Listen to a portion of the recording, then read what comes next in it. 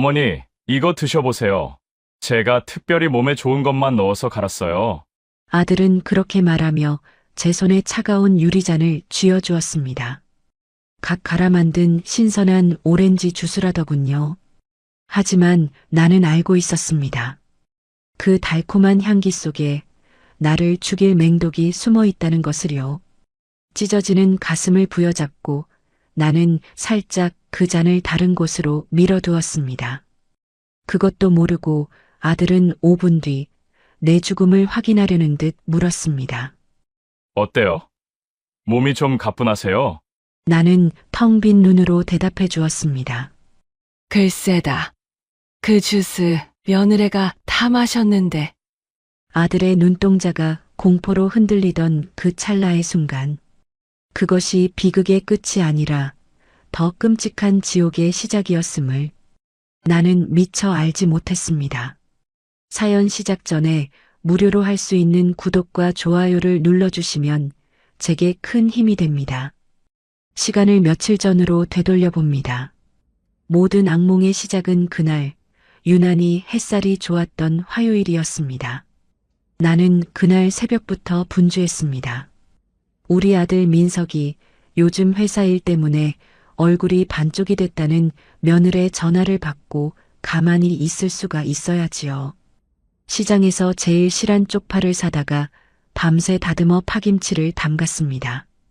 우리 민석이가 내 파김치만 있으면 밥 2공기는 뚝딱 비우거든요. 갓 지은 찰밥에 짭조름한 장조림, 그리고 민석이가 좋아하는 오징어채, 볶음까지 바리바리 싸들고 나서는 길, 발걸음이 어찌나 가볍던지 구름 위를 걷는 것 같았습니다. 내 나이 68. 10년 전 남편을 먼저 저 세상으로 떠나보내고 홀로 살아온 세월. 그 모진 풍파 속에서도 내가 버틸 수 있었던 건 오직 자식 하나 잘 되는 거 보겠다는 일념뿐이었습니다. 젊은 시절 남편이 남긴 빚 때문에 빚쟁이들이 들이닥칠 때도 나는 민석이 앞에서는 눈물 한 방울 보이지 않았습니다. 식당 설거지, 파출부, 길거리 노점상, 안 해본 일 없이 억척스럽게 일해서 빚 다 갚고 우리 민석이 번듯하게 대학 보내고 장가까지 보냈습니다. 내 손톱이 닳아 없어지는 줄도 모르고 키운 금쪽 같은 내 새끼였습니다. 그 맹목적인 사랑이 이렇게 시퍼런 독이 되어 내 심장을 찌를 줄은 꿈에도 몰랐습니다. 아들네 아파트 현관 비밀번호를 누르는데 띠리릭 소리가 유난히 경쾌했습니다. 어머마 나다. 대답이 없더군요. 신발장을 보니 며느리 구두는 없고 아들 구두만 덩그러니 놓여 있었습니다. 어라, 며느리는 없고 민석이만 있나? 안방 쪽에서 물소리가 들리는 걸 보니 우리 아들이 씻고 있는 모양이었습니다. 나는 식탁 위에 보따리를 풀어놓았습니다. 아직 온기가 남아있는 반찬통들을 냉장고에 넣어주려다가 문득 서재 쪽이 눈에 들어왔습니다. 문이 살짝 열려 있었는데 책상 위에 웬 불빛이 번쩍이고 있었거든요. 평소 같으면 며느리의 눈치 보여서 쳐다보지도 않았을 텐데 그날따라 이상하게 그 불빛이 나를 부르는 것만 같았습니다. 전기를 또 안 끄고 다니나 보네. 나는 혀를 찢찢 차며 서재로 들어갔습니다. 책상 위에는 널찍한 태블릿 PC가 켜져 있었습니다. 화면이 꺼지지 않고 계속 켜져 있길래 전원 버튼이나 눌러주려고 다가갔지요. 그런데 화면 속에 가득한 글자들이 내 눈을 찌르듯 파고들었습니다. 처음엔 내가 잘못 본 줄 알았습니다. 노안이 와서 헛것이 보이는가 싶어 눈을 비비고 다시 들여다보았습니다. 노인성 급사원인 부검 없이 심장마비로 위장하는 법, 청산가리 대체 식물, 협죽도 독성 추출 방법, 사망보험금 수령 조건 및 면책 기간. 숨이 턱 막혀왔습니다. 마치 누군가가 내 목을 조르는 것만 같았습니다. 이게 다 무슨 소리란 말입니까? 심장마비, 독성 추출, 사망보험금. 손이 덜덜 떨려 화면을 넘겨볼 엄두조차 나지 않았습니다. 하지만 내 손가락은 이미 본능적으로 화면을 스크롤하고 있었습니다. 인터넷 검색 기록에는 더 기가 막힌 내용들이 줄을 잇고 있었습니다. 어머니 사망 시 상속세 면제 한도, 60대 여성 돌연사 살해, 수면 중 질식사 흔적 안 남기는 법, 머릿속이 하얗게 변했습니다. 다리에 힘이 풀려 주저앉을 뻔한 걸 책상 모서리를 잡고 간신히 버텼습니다. 아니야, 아닐 거야. 우리 민석이가 그럴 리 없어. 착해 빠진 우리 아들이. 나는 고개를 세차게 저으며 현실을 부정하려 애썼습니다. 혹시 며느리가 본 건 아닐까? 아니면 민석이가 요즘 추리소설이라도 쓰나? 별의별 핑계를 다 갖다 붙여보았지만 화면 한구석에 띄워진 메신저 알림창이 내 마지막 희망마저 산산조각 내버렸습니다. 여보, 이번엔 확실한 거지? 어머님 보험금 나오면 빚부터 갚고 우리 새 출발하는 거야. 이번에도 실패하면 우리 진짜 끝이야. 알지? 며느리였습니다. 이번에도 실패하면이라니. 그럼 전에도 시도했었다는 말인가요? 지난달에 내가 갑자기 배가 아파 응급실에 실려갔던 날, 그때 민석이가 건넸던 그 쓴맛 나는 쌍화탕이 떠올랐습니다.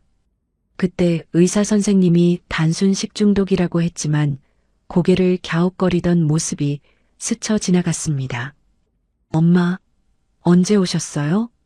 등 뒤에서 들려온 목소리에 나는 소스라치게 놀라 반찬통을 떨어뜨릴 뻔했습니다. 어느새 씻고 나온 민석이가 수건으로 머리를 털며 서 있었습니다. 나는 황급히 몸을 돌려 책상을 가렸습니다. 심장이 터질 듯 쿵쾅거렸지만 짐짓 태어난 척 웃어 보였습니다. 그래.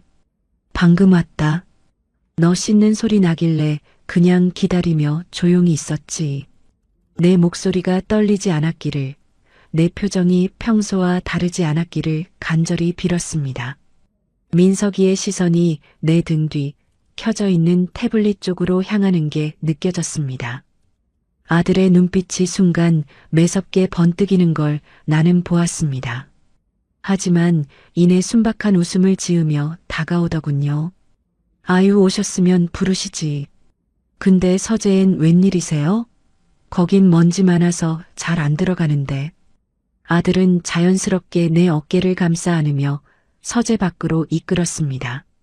내 어깨에 닿은 아들의 손이 예전에는 그렇게 따뜻하고 듬직했는데 지금은 마치 얼음장처럼 차갑게, 아니 뱀처럼 징그럽게 느껴져 소름이 돋았습니다.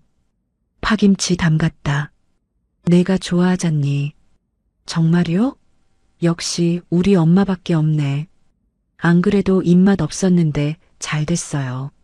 아들은 식탁 위에 놓인 반찬들을 보며 아이처럼 좋아했습니다.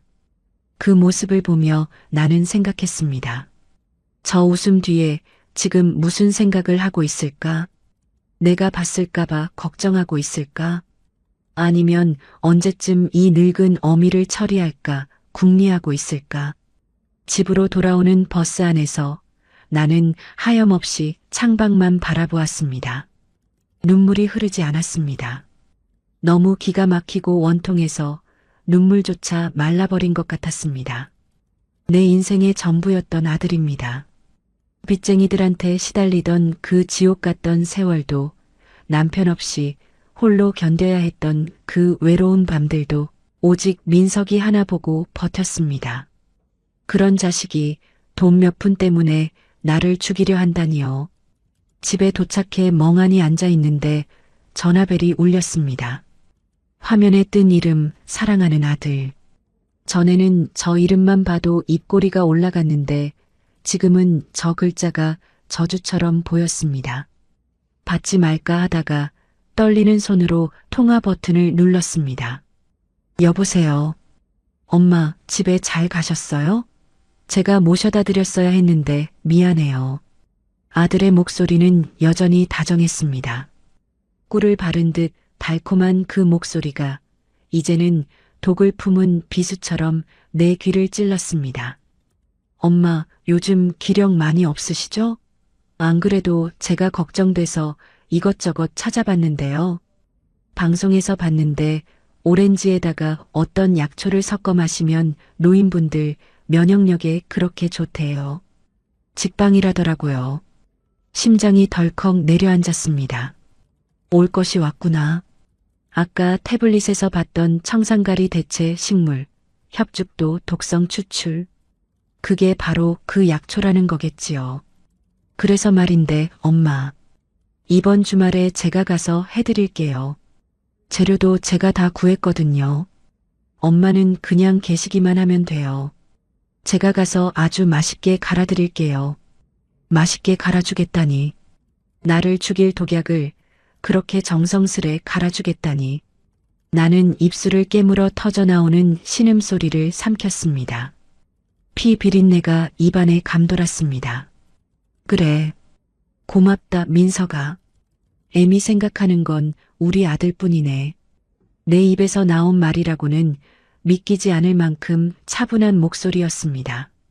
나는 이미 결심하고 있었습니다. 그냥 당하고만 있지는 않겠다고.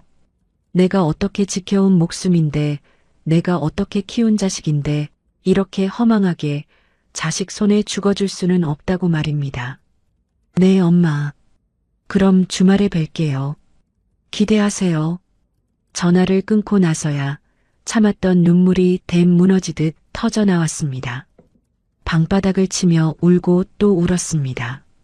아이고, 내 팔자야. 아이고, 억울해라. 내가 무슨 죄를 지어서. 밤새도록 울다 지쳐 잠이 들었고 꿈속에서도 아들은 칼을 들고 나를 쫓아왔습니다. 내 집인데, 30년을 넘게 산 내 집인데 오늘따라 왜 이렇게 낯설고 추운지 모르겠습니다. 불도 켜지 않은 채 나는 거실 한 구석에 쭈그리고 앉아 있었습니다.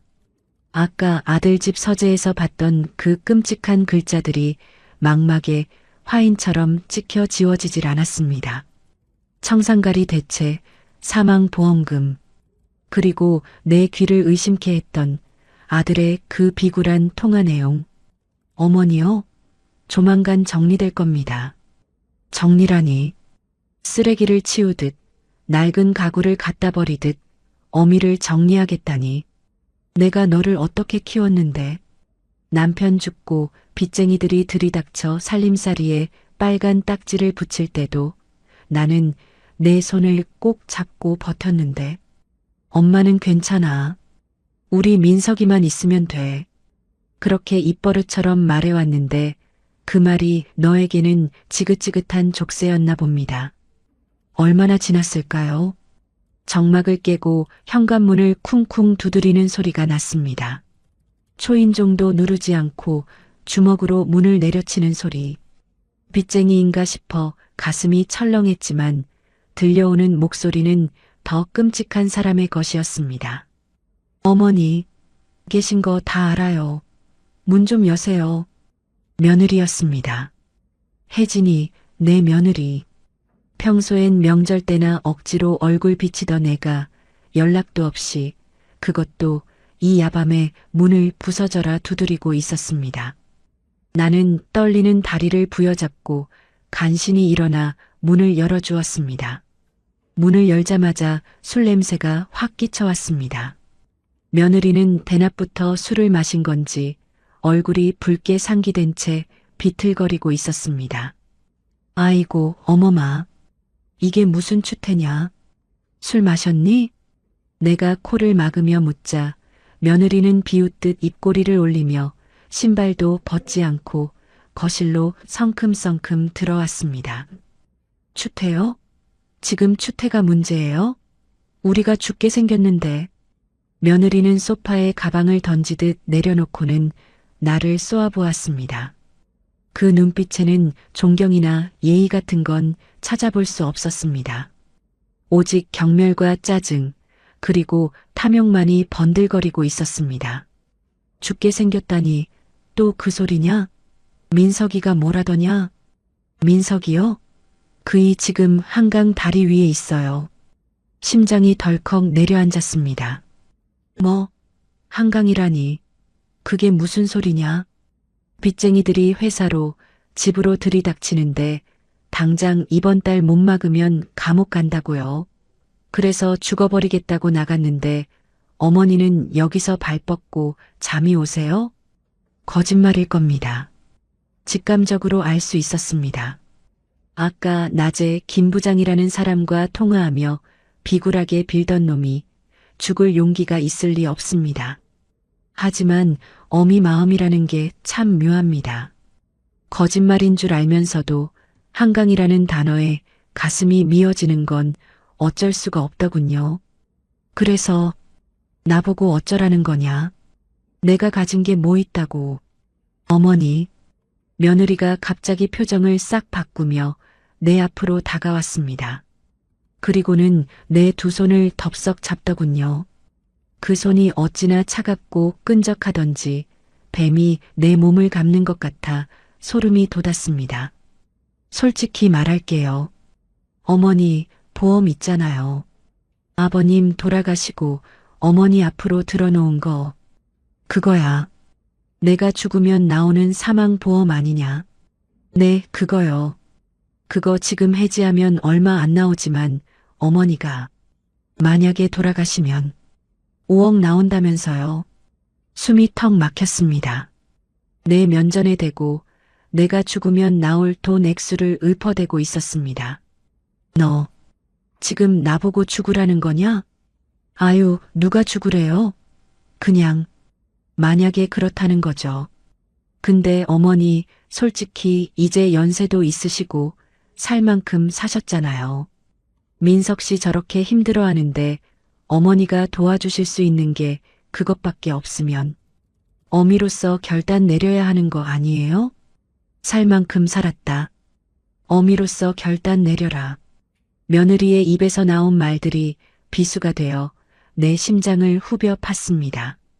이것들이 나를 낳아준 부모도 아니고 내 핏줄도 아니면서 내 수명을 흥정하려 들고 있었습니다.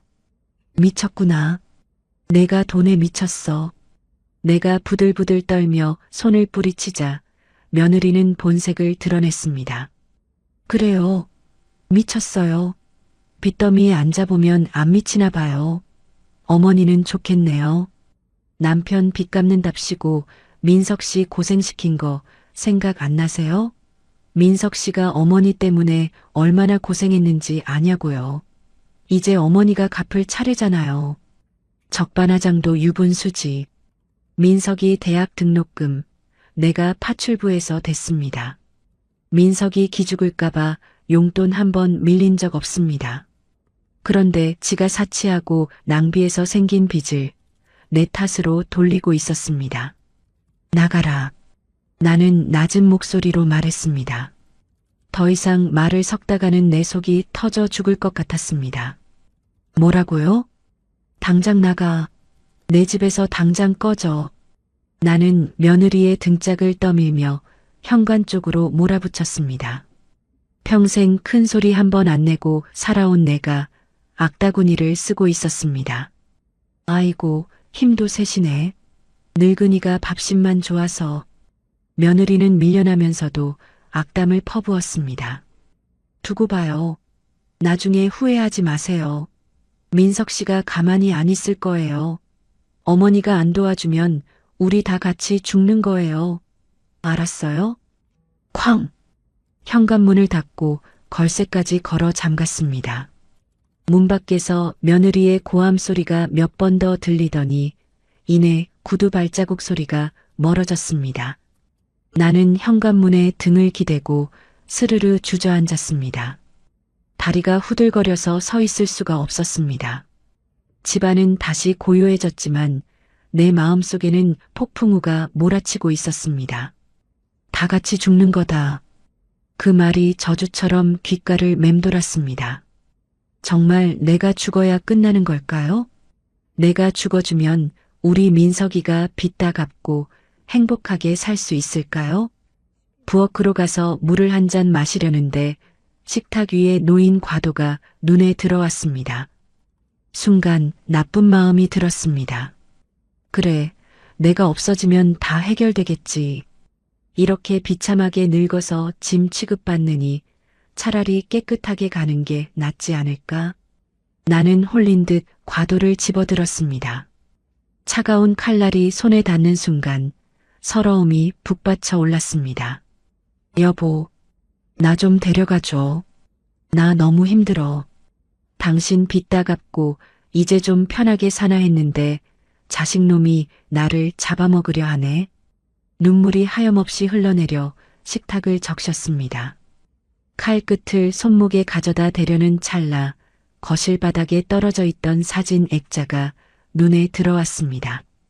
아까 며느리가 들어오면서 건드렸는지 엎어져 있던 액자였습니다.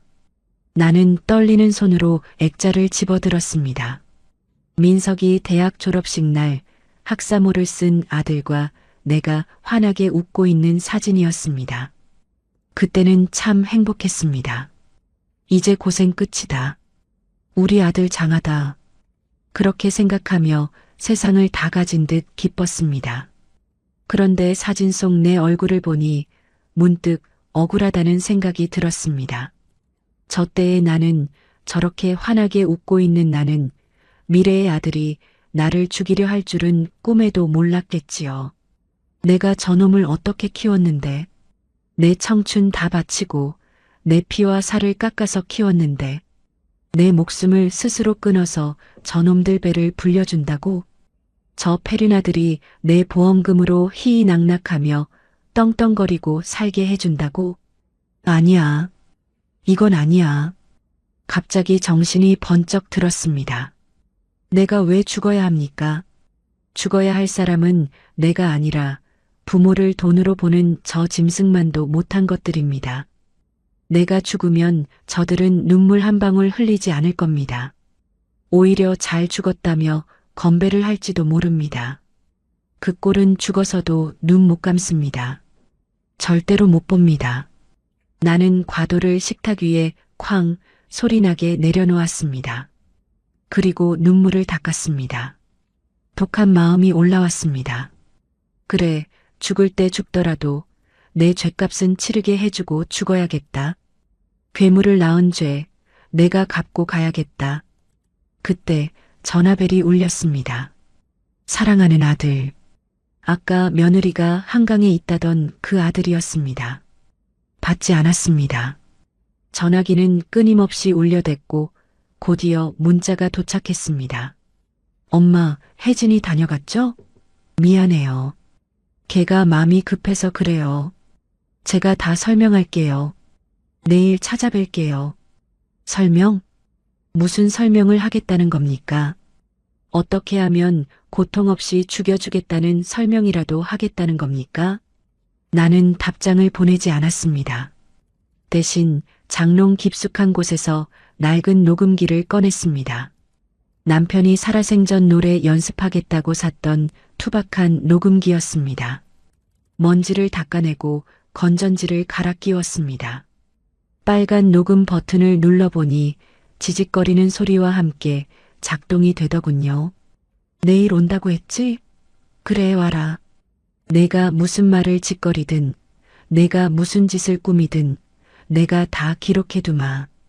그리고 내가 내민 그 독잔, 내가 고스란히 너에게 돌려주마. 창밖에는 칠흑 같은 어둠이 깔려 있었지만 내 눈은 어둠 속에서 형형하게 빛나고 있었습니다. 더 이상 슬프지 않았습니다. 더 이상 외롭지 않았습니다. 내 안에는 오직 차가운 분노와 서늘한 살이만이 남아있을 뿐이었습니다. 나는 부엌으로 가서 쌀을 씻었습니다. 내일 아침 든든하게 밥을 먹어야겠습니다. 전쟁을 치르려면 힘이 있어야 하니까요. 쌀을 씻는 내 손길에는 더 이상 자식을 먹이려는 어미의 정성이 아닌 적을 맞이하려는 전사의 비장함만이 담겨 있었습니다. 뜬 눈으로 밤을 지새웠습니다. 동이 터오는 창밖을 보며 나는 생각했습니다. 오늘이다.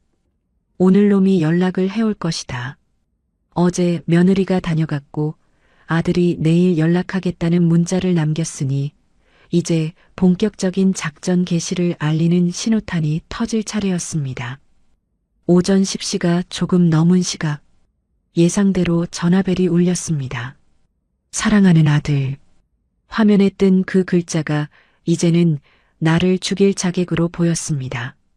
나는 심호흡을 크게 한 번 하고 목소리를 가다듬었습니다. 떨리면 안 된다. 약한 모습을 보이면 안 된다.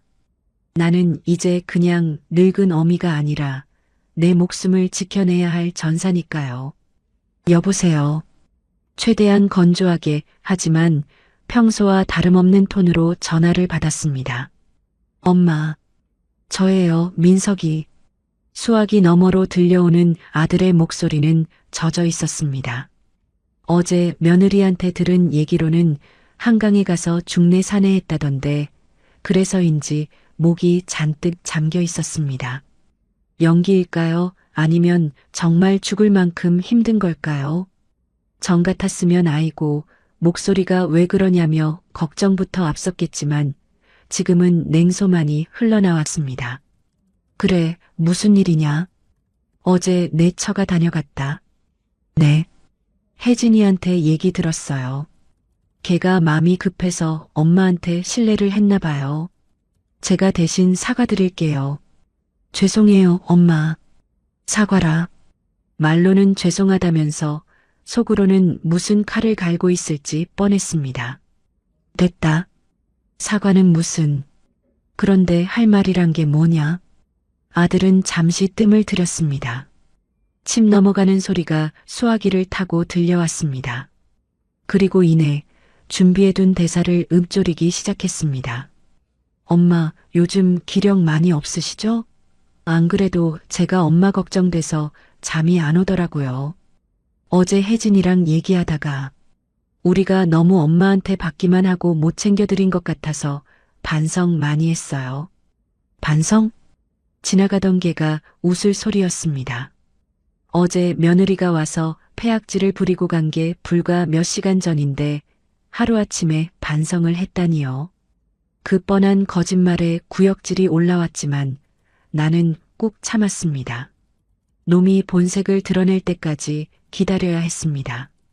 그래서 말인데 엄마, 제가 방송에서 봤는데요.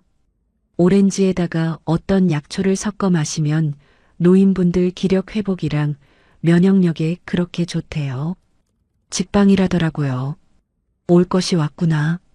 심장이 쿵 하고 내려앉았습니다.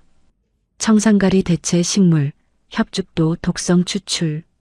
태블릿에서 봤던 그 끔찍한 단어들이 약초라는 그럴싸한 이름으로 포장되어 내 귀에 꽂혔습니다. 놈은 지금 나에게 독약을 먹이겠다고 선전포고를 하고 있는 겁니다. 약초라니. 그런 게 어디 있냐? 비싼 거 아니냐? 나는 짐짓 모르는 척 되물었습니다. 아니에요, 엄마. 제가 아는 분 통해서 어렵게 구했어요. 진짜 귀한 건데 엄마 드시라고 특별히 부탁했거든요. 그래서 이번 주말에 혜진이랑 같이 가서 해드릴게요. 재료도 제가 다 준비했으니까 엄마는 그냥 계시기만 하면 돼요. 제가 가서 아주 맛있게 갈아드릴게요. 맛있게 갈아드릴게요. 그 말이 사형 선고처럼 들렸습니다. 나를 죽일 도구를 챙겨서 제 발로 내 집까지 찾아오겠다는 겁니다. 내 부엌에서 내 믹서기로 내 목숨을 끊을 독약을 만들겠다는 겁니다. 잔인하기도 하지. 어쩜 이렇게 치밀하고 악랄할 수가 있을까요? 손이 부들부들 떨려 전화기를 놓칠 뻔했습니다. 당장이라도 이 미친놈아, 내가 다 알고 있다. 라고 소리치고 싶었습니다. 하지만 그래선 안 됩니다. 지금 내가 안다고 해봤자 놈은 발뺌할 것이고 증거는 인멸될 것입니다. 확실하게 죗값을 치르게 하려면 놈이 실행에 옮길 때까지 기다려야 합니다. 현장에서 덜미를 잡아야 합니다. 나는 입술을 깨물어 피맛을 보며 마음을 다잡았습니다. 그래, 고맙다 민석아. 내가 웬일이냐, 애미 건강을 다 챙기고 내 목소리가 평온하게 나온 것이 기적 같았습니다. 당연하죠, 엄마. 저 엄마밖에 없잖아요. 그럼 토요일 점심때쯤 갈게요. 맛있는 거 해놓지 마세요. 주스 드셔야 하니까 빈속이 좋대요. 빈속이 좋다. 독기운이 빨리 퍼지게 하려는 수작이겠지요. 치가 떨렸습니다. 알았다. 조심히 오거라. 전화를 끊고 나서야 참았던 숨이 터져 나왔습니다.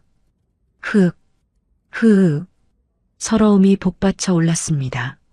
내 아들이 정말로 나를 죽이려 하는구나. 설마 했는데 진짜였구나. 이제 돌이킬 수 없는 강을 건넜구나. 나는 전화기를 붙들고 한참을 오열했습니다.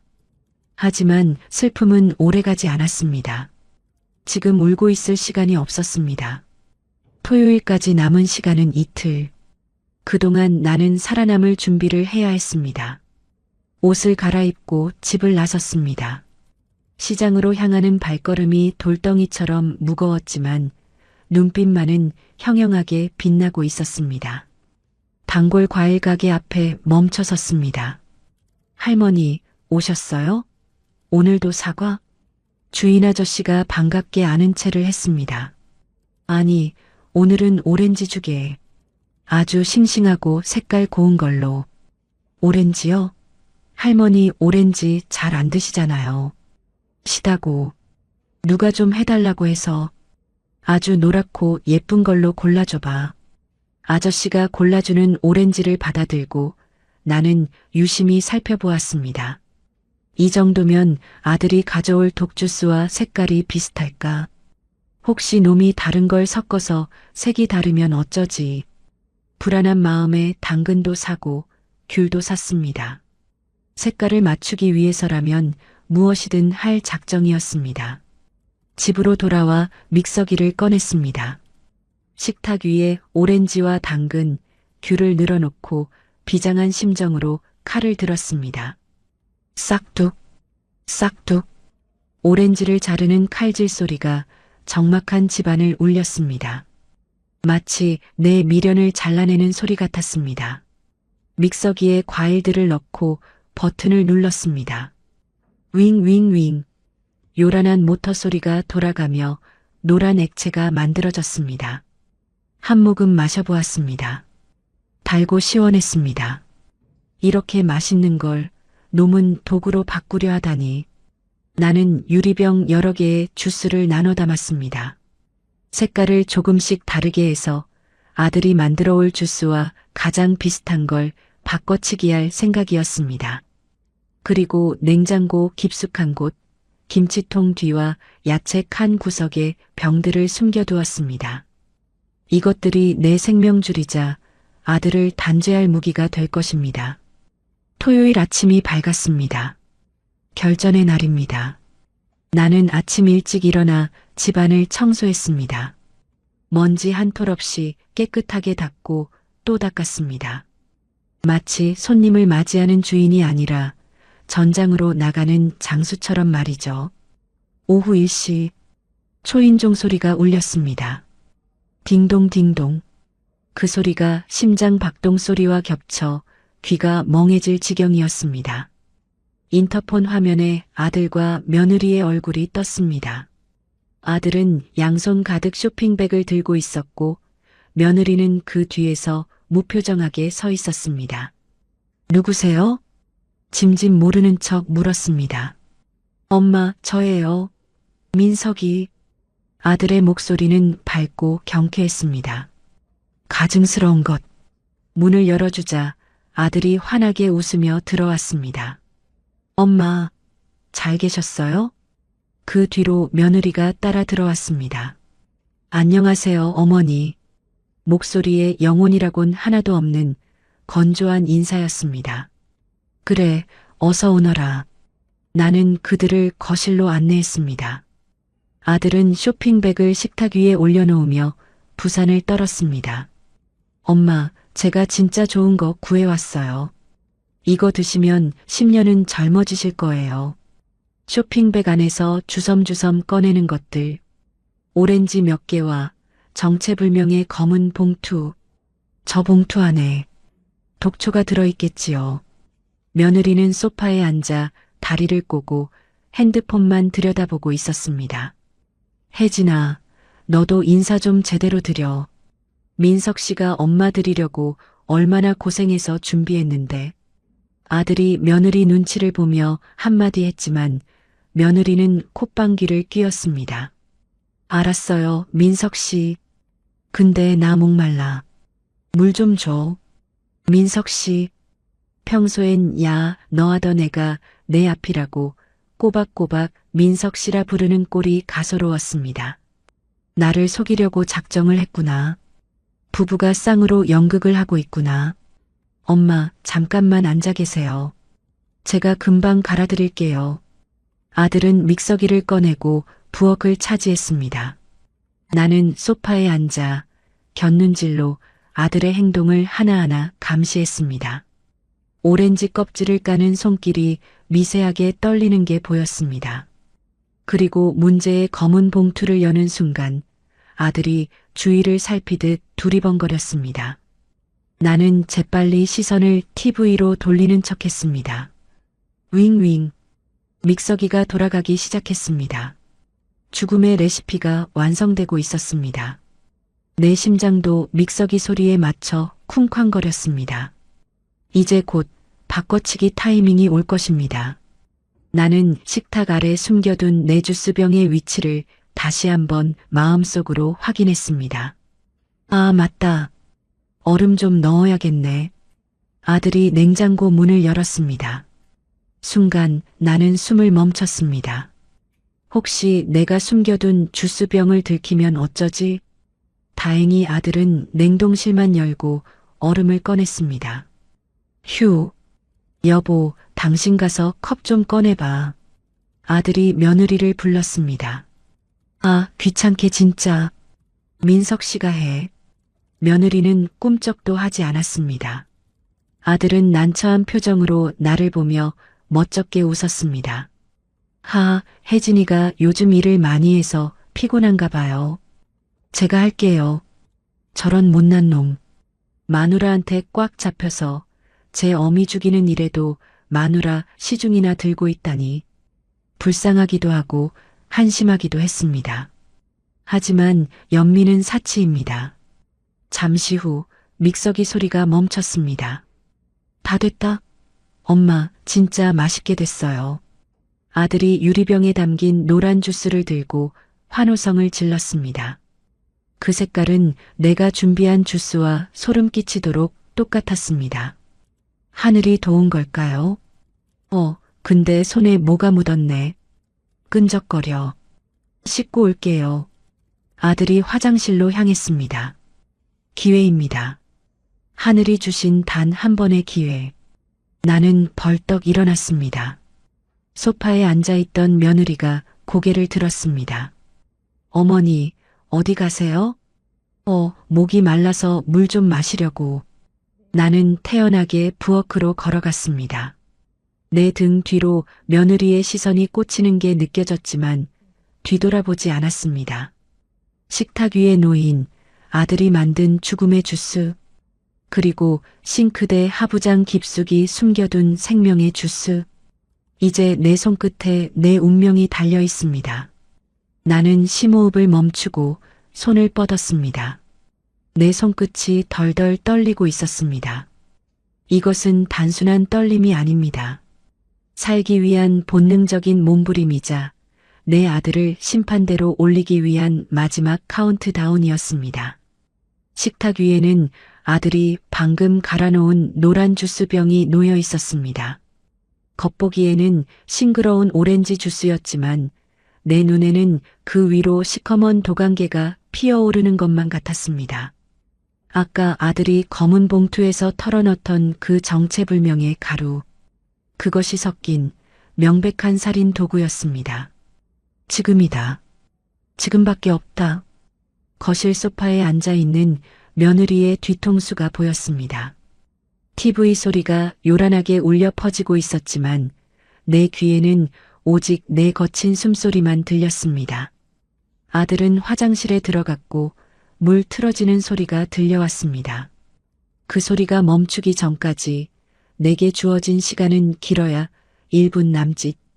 그 짧은 시간 안에 모든 것을 끝내야 했습니다.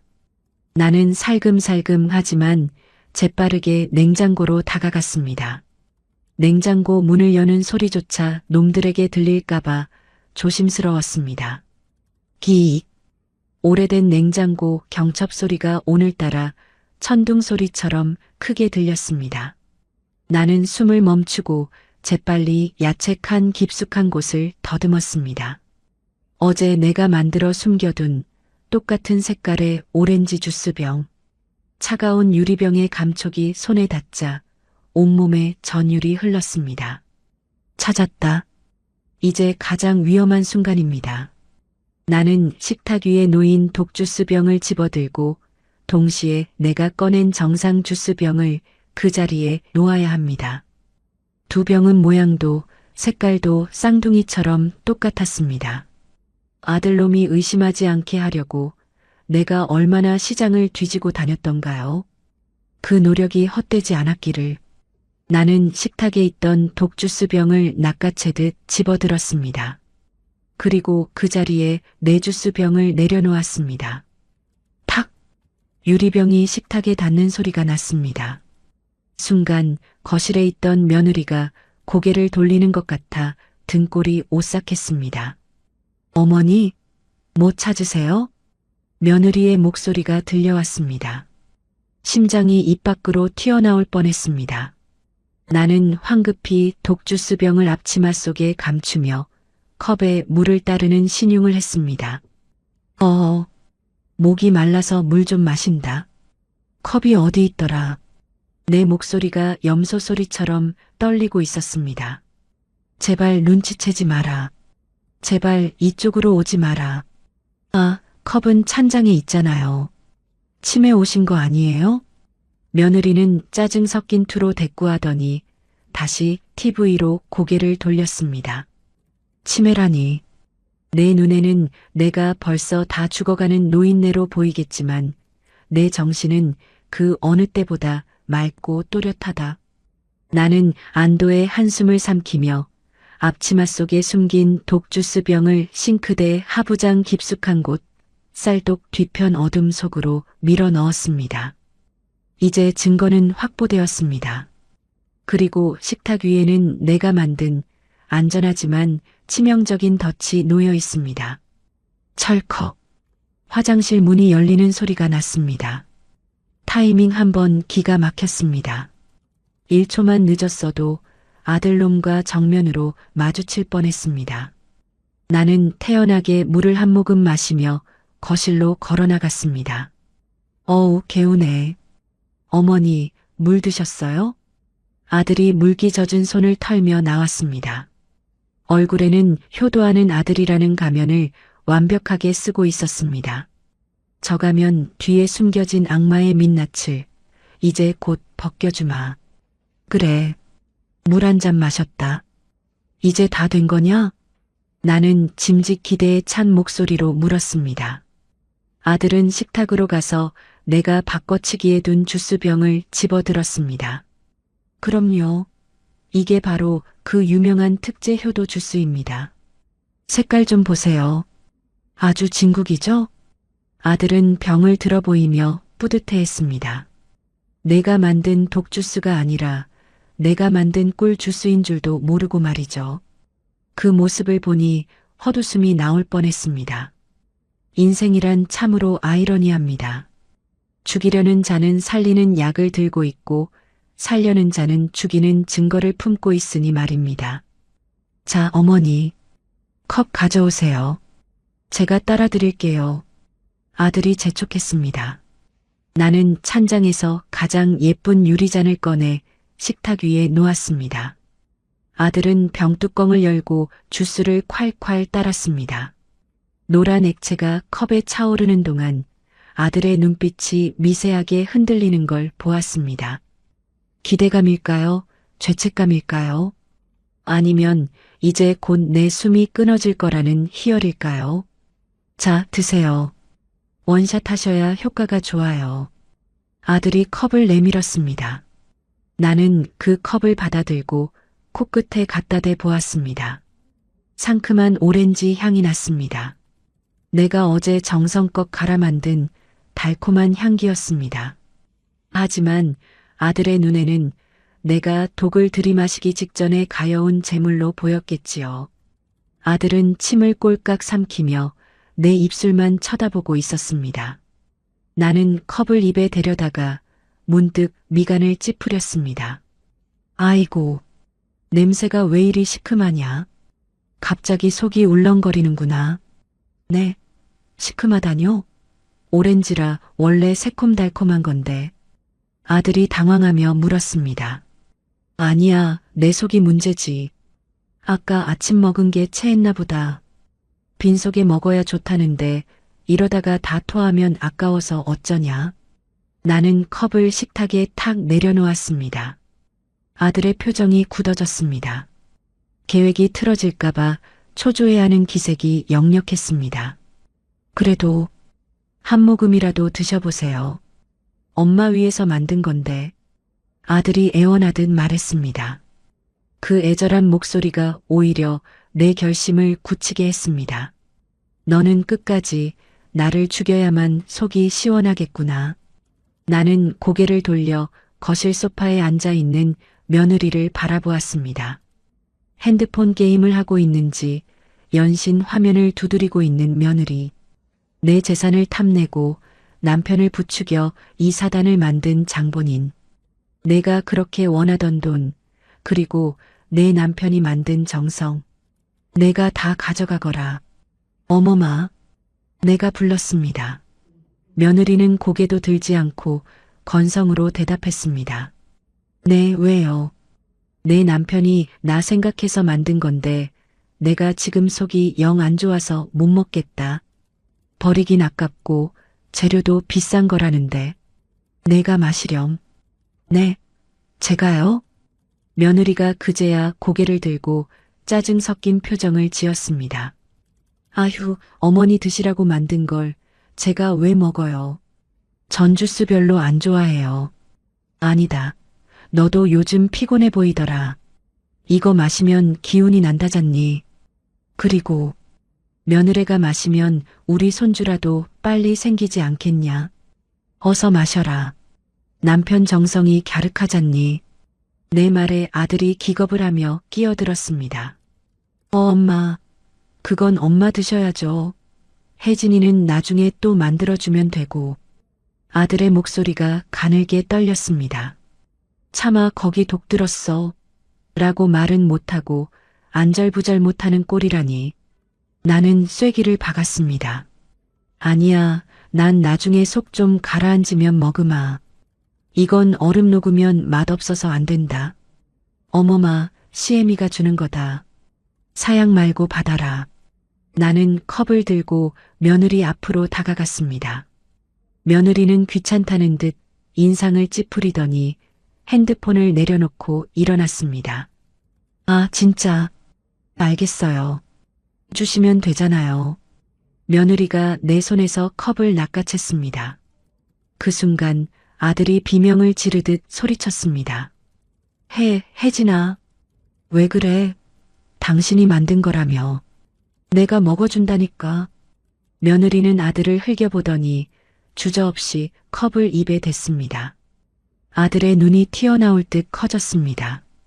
공포와 경악으로 일그러진 얼굴.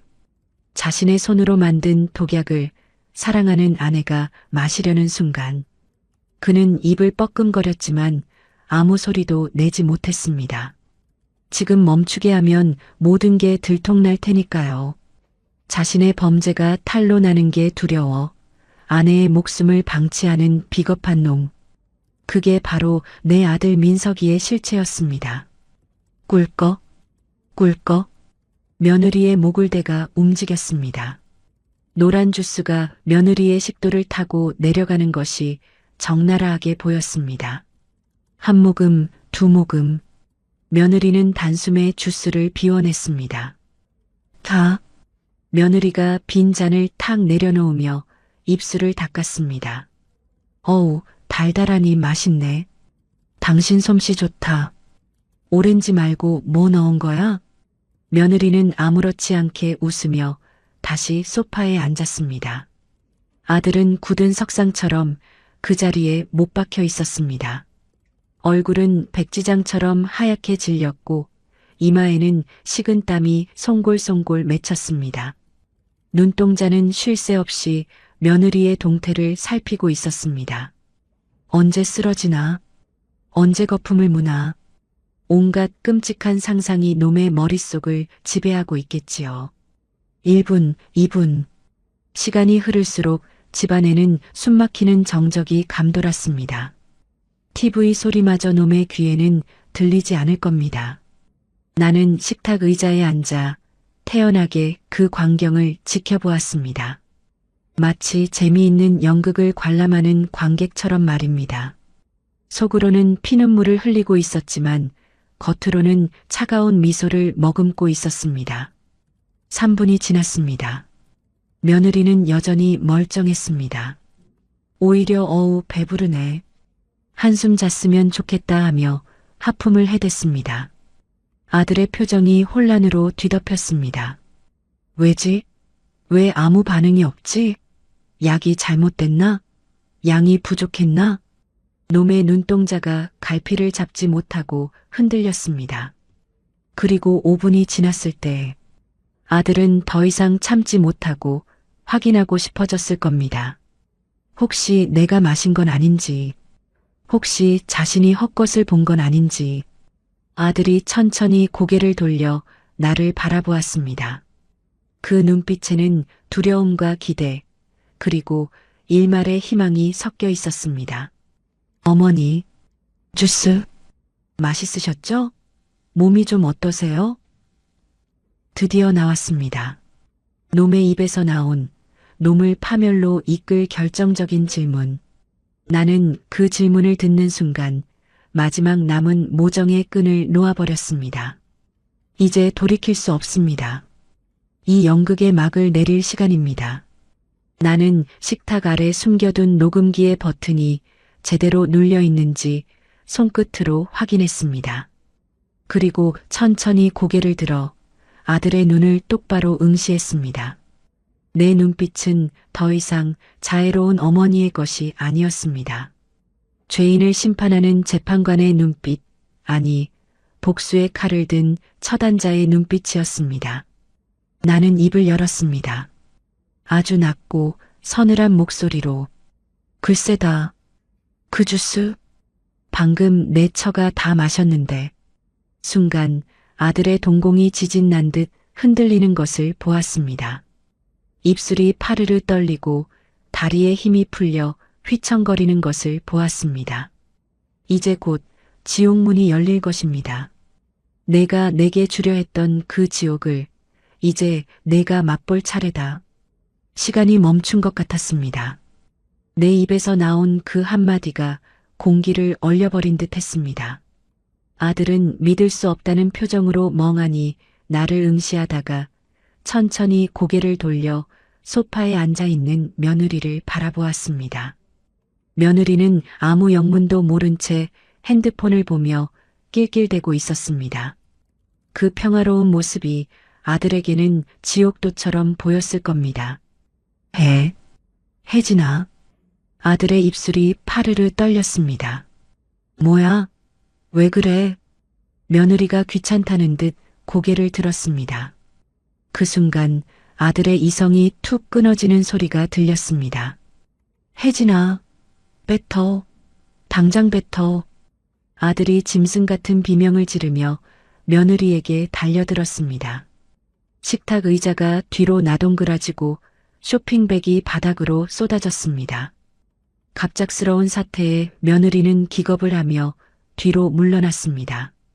아, 왜 이래? 미쳤어? 안 돼. 죽으면 안 돼. 빨리 뱉어내라고. 아들은 며느리의 멱살을 잡고 마구 흔들어댔습니다. 눈이 뒤집혀 흰자위만 희번덕거리는 꼴이 영락없는 미친놈이었습니다. 이거 나 아프단 말이야. 민석 씨, 왜 이래 진짜. 며느리가 발버둥 쳤지만 공포에 질린 아들의 악력을 당해낼 재간이 없었습니다. 아들은 며느리를 억지로 화장실 쪽으로 끌고 가려 했습니다. 토해. 손가락 넣어서 토해. 빨리. 시간 없어. 도대체 뭘 토하라는 거야. 나 멀쩡하다고. 독이라고. 독. 그거 마시면 죽는단 말이야. 독이라고. 독. 그거 마시면 죽는단 말이야. 드디어 나왔습니다. 아들의 입으로 직접 뱉은 결정적인 자백. 거실 한복판에 울려 퍼진 그 끔찍한 단어에 며느리의 비명이 뚝 그쳤습니다. 며느리는 멍한 눈으로 남편을 올려다보았습니다. 뭐라고? 독? 아들은 그제야 자신이 무슨 말을 했는지 깨닫고 입을 틀어막았습니다. 하지만 이미 엎질러진 물이었습니다. 아들의 시선이 황급히 나를 향했습니다. 나는 여전히 식탁 의자에 앉아 차가운 눈으로 그들을 내려다보고 있었습니다. 민서가, 내가 불렀습니다. 아들은 사시나무 떨듯 떨며 뒷걸음질 쳤습니다.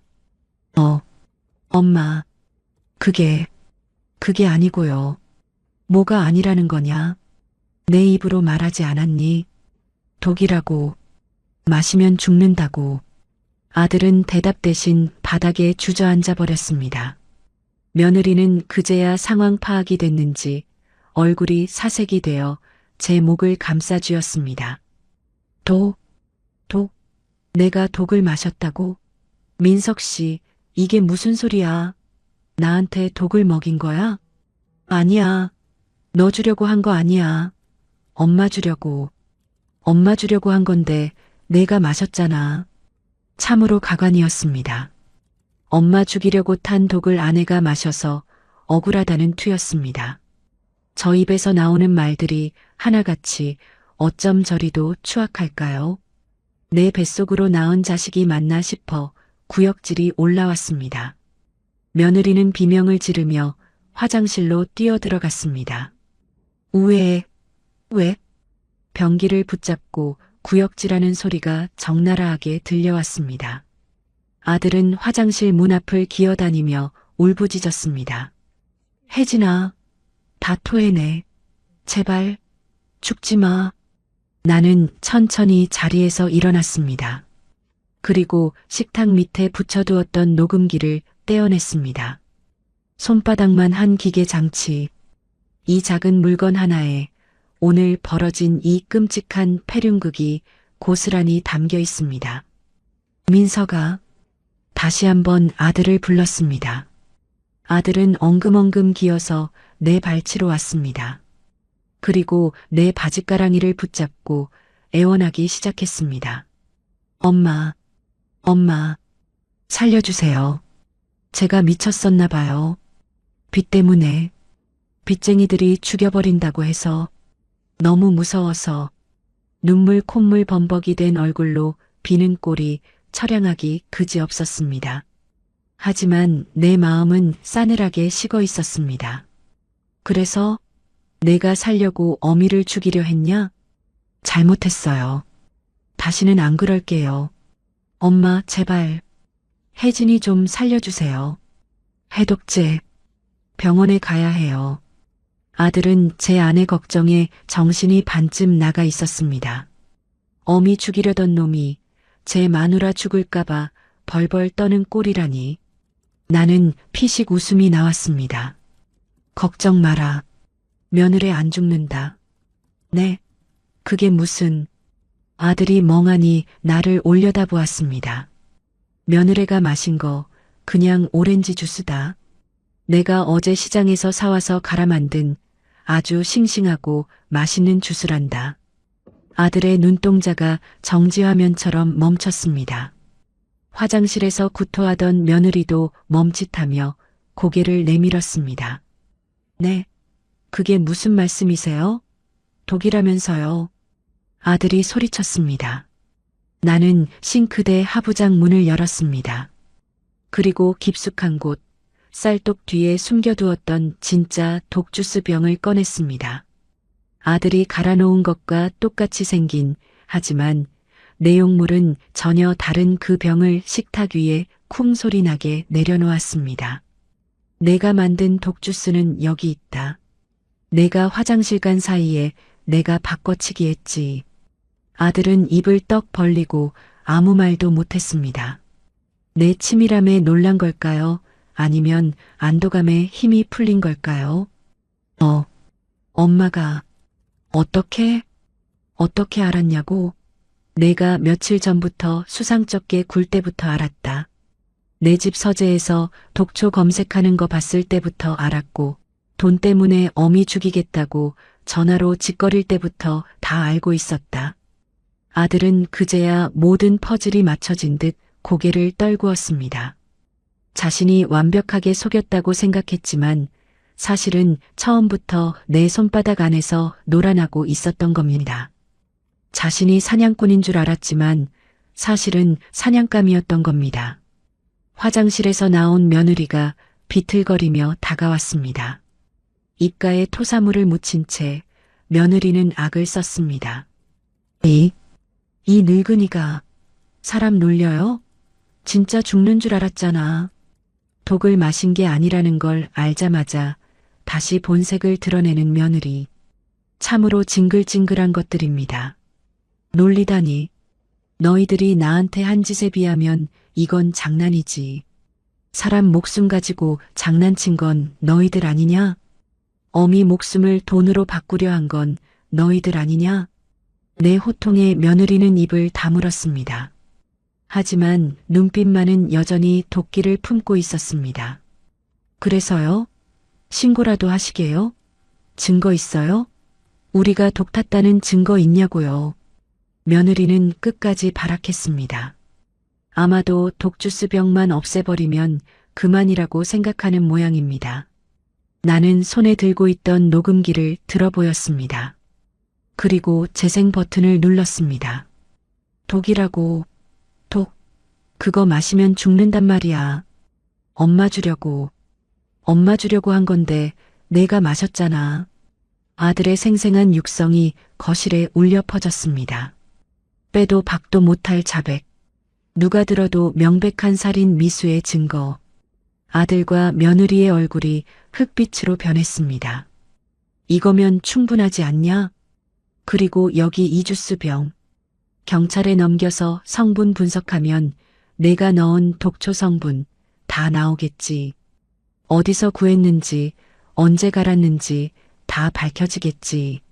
아들이 다시 내 발목을 잡고 매달렸습니다. 엄마, 안 돼요.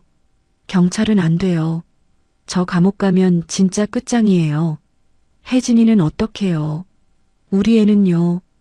아직 생기지도 않은 애 핑계까지 대며 비굴하게 매달리는 꼴이라니. 너희 같은 것들이 애를 낳아서 뭘 가르치겠냐? 부모 죽여서 보험금 타먹는 법이나 가르치겠지. 나는 발로 아들을 밀어냈습니다. 더 이상 내 아들이 아니었습니다. 내 배 아파 낳은 자식은 10년 전에 죽었습니다. 지금 내 앞에 있는 건 돈에 미쳐 부모를 해치려 한 괴물일 뿐입니다. 그때 밖에서 사이렌 소리가 들려왔습니다. 에엥에엥. 점점 가까워지는 그 소리에 아들과 며느리는 얼어붙었습니다. 설마, 엄마, 신고했어요? 아들이 절망적인 눈빛으로 물었습니다.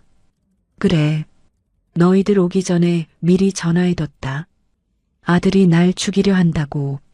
와서 좀 지켜봐 달라고. 미쳤어. 진짜 미쳤어. 며느리는 바닥에 주저앉아 중얼거렸습니다. 어머니, 진짜 이러실 거예요? 민석이 감옥 보내고 편히 사실 것 같아요? 동네 창피해서 어떻게 사시려고요? 며느리는 마지막까지 내 체면을 걸고 넘어졌습니다. 창피? 자식한테 죽임당하는 것보다 더 창피한 게 어디 있겠냐? 그리고 난 이제 부끄러울 거 없다. 부끄러운 건 자식 잘못 키워 세상에 내놓은 내 죄뿐이다. 이제라도 그 죄 씻으려고 한다. 딩동딩동. 초인종 소리가 울렸습니다. 경찰입니다. 이 문을 열면 우리 가족은 끝입니다. 아니, 이미 끝난 가족의 장례식을 치르는 것입니다. 아들은 사색이 되어 나를 쳐다보았습니다. 엄마, 엄마. 한 번만. 눈물로 범벅이 된 그 얼굴. 어릴 적 나를 보며 방긋 웃던 그 얼굴이 겹쳐 보였습니다.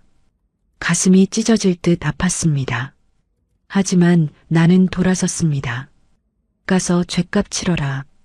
그게 내가 너에게 해줄 수 있는 마지막 훈육이다. 나는 현관으로 걸어갔습니다. 뒤에서 아들의 절규가 들려왔지만 나는 멈추지 않았습니다. 철컥. 문을 열었습니다. 제복을 입은 경찰관 2명이 서 있었습니다. 신고받고 왔습니다. 김영자 씨 되십니까? 나는 고개를 끄덕였습니다. 그리고 뒤를 돌아보지 않고 손가락으로 거실을 가리켰습니다. 저기 있습니다. 제 아들이 저를 죽이려 했습니다. 내 입으로 내 아들을 고발하는 순간 내 심장도 함께 멈추는 것 같았습니다. 하지만 이것이 끝이 아님을 나는 압니다. 이 지옥 같은 고통을 딛고 나는 다시 살아야 합니다. 나를 위해서, 그리고 인간으로서의 존엄을 위해서. 경찰들이 신발을 신고 거실로 들어가는 소리가 들렸습니다. 최민석 씨, 이혜진 씨, 존속살해 미수 혐의로 긴급 체포합니다. 미란다 원칙을 고지하는 목소리, 수갑이 채워지는 철그럭 소리, 그리고 아들의 비명 같은 울음소리. 나는 눈을 감았습니다.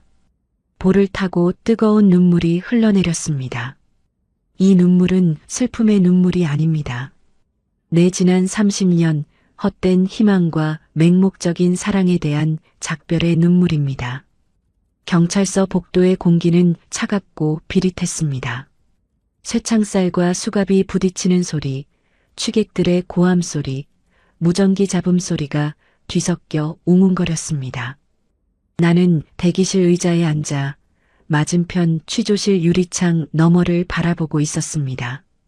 그곳에는 내 아들 민석이와 며느리 혜진이가 나란히 앉아 조사를 받고 있었습니다. 형사가 책상을 내리치며 물었습니다. 그래서 누가 주도한 겁니까? 독극물은 누가 구했습니까? 그러자 믿을 수 없는 광경이 펼쳐졌습니다. 아들이 벌떡 일어나 며느리를 손가락질했습니다. 형사님, 저 여자가 시킨 거예요. 저는 혜진이가 시키는 대로 했을 뿐이라고요.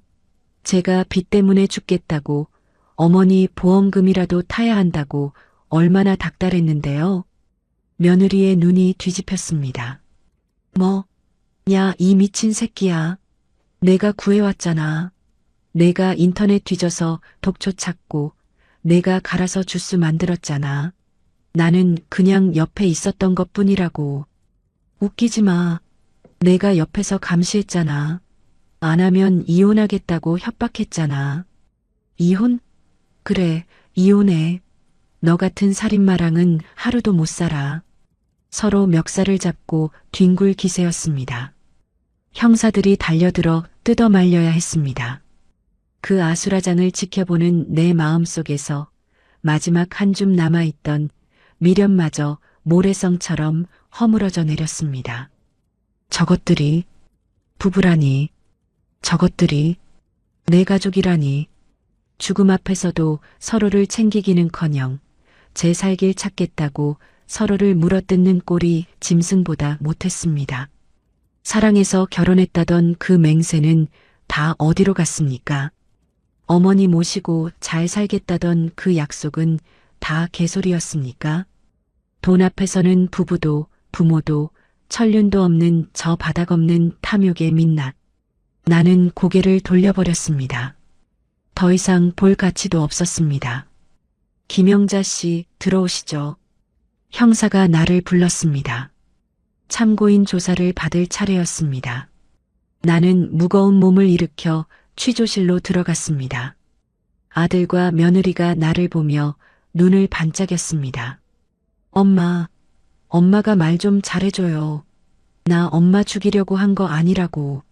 그냥 겁만 주려고 한 거라고. 아들이 뻔뻔한 거짓말을 내뱉었습니다. 독을 타놓고 겁만 주려 했다니. 나는 의자에 앉아 형사를 똑바로 쳐다보았습니다. 형사님, 네, 말씀하세요. 제 아들이 저를 죽이려 한 게 맞습니다. 아들의 입이 떡 벌어졌습니다. 엄마, 왜 그래? 나 민석이야. 엄마 아들 민석이라고. 아니요. 내 아들 민석이는 10년 전에 죽었습니다. 지금 저기 앉아 있는 건 돈에 미친 악마일 뿐입니다.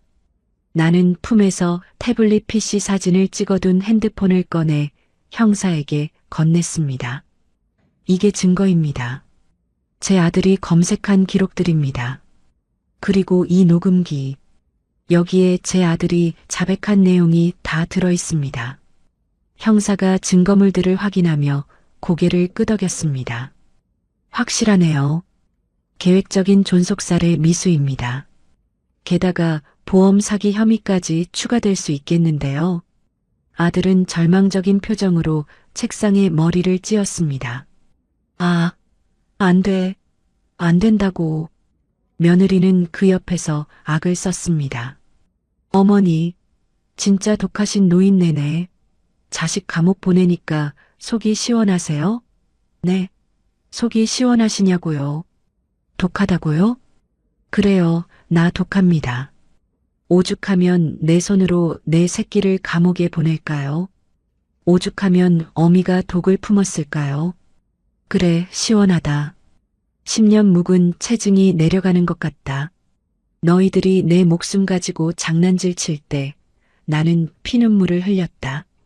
이제 너희들이 피눈물 흘릴 차례다. 나는 자리에서 일어났습니다. 더 이상 할 말이 없었습니다. 형사에게 고개 숙여 인사하고 취조실을 나왔습니다. 등 뒤에서 아들의 울부짖음이 들려왔지만 나는 한 번도 뒤를 돌아보지 않았습니다. 엄마, 잘못했어요.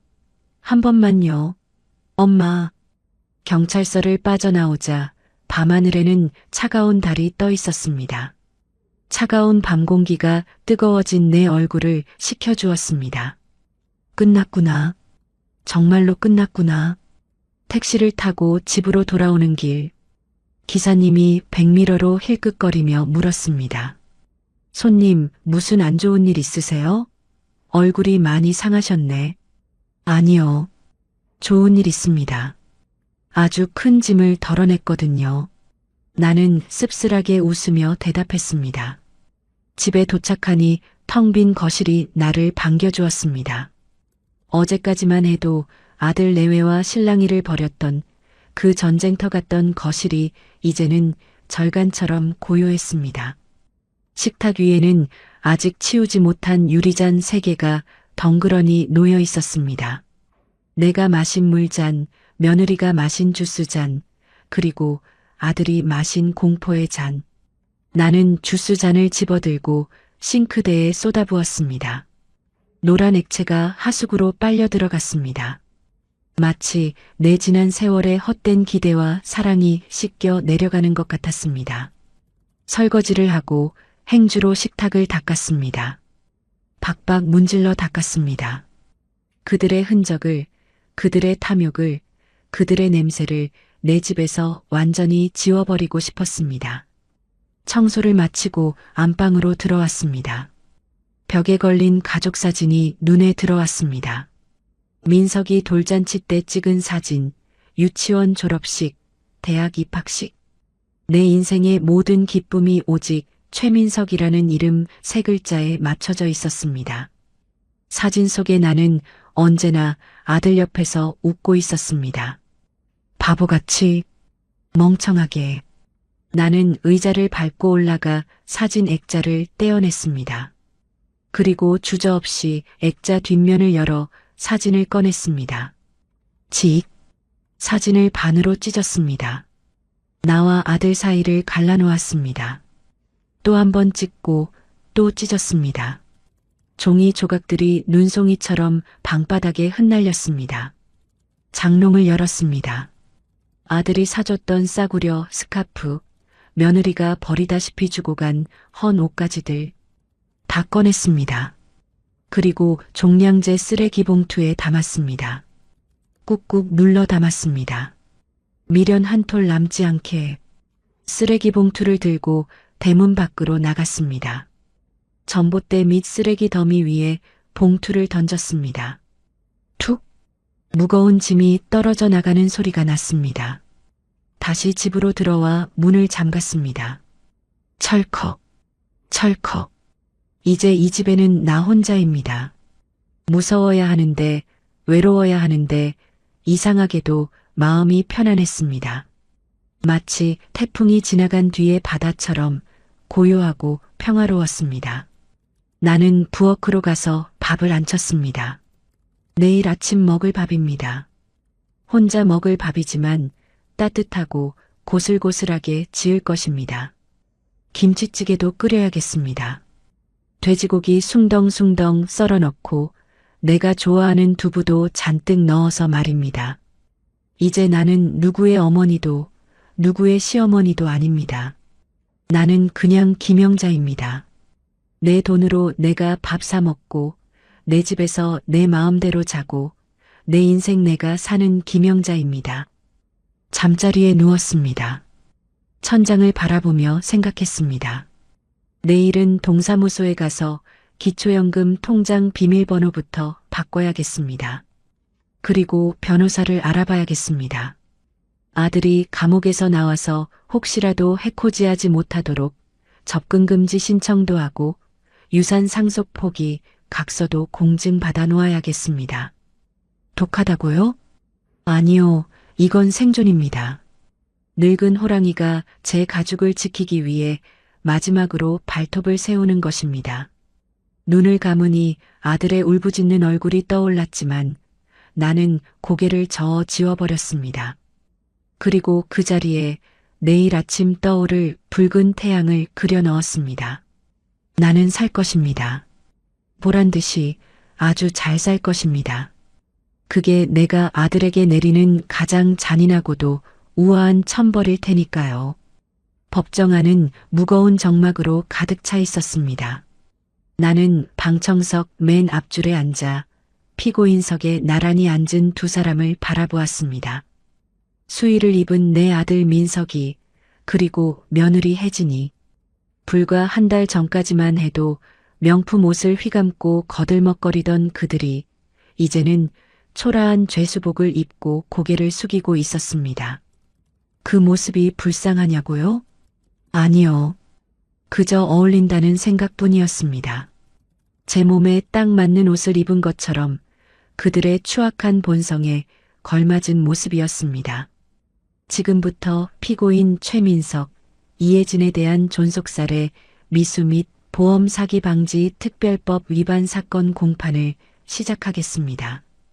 판사의 개정 선언과 함께 재판이 시작되었습니다. 검사가 공소 사실을 낭독했습니다. 피고인들은 거액의 사망보험금을 노리고 피고인 최민석의 모친인 피해자 김영자를 살해하기 위해 독극물을 제조, 음료에 타서 마시게 하려다 미수에 그쳤습니다. 검사의 목소리가 낭낭하게 법정을 울렸지만 피고인석의 두 사람은 억울하다는 듯 연신 눈물을 훔쳤습니다. 아들의 변호사가 일어났습니다.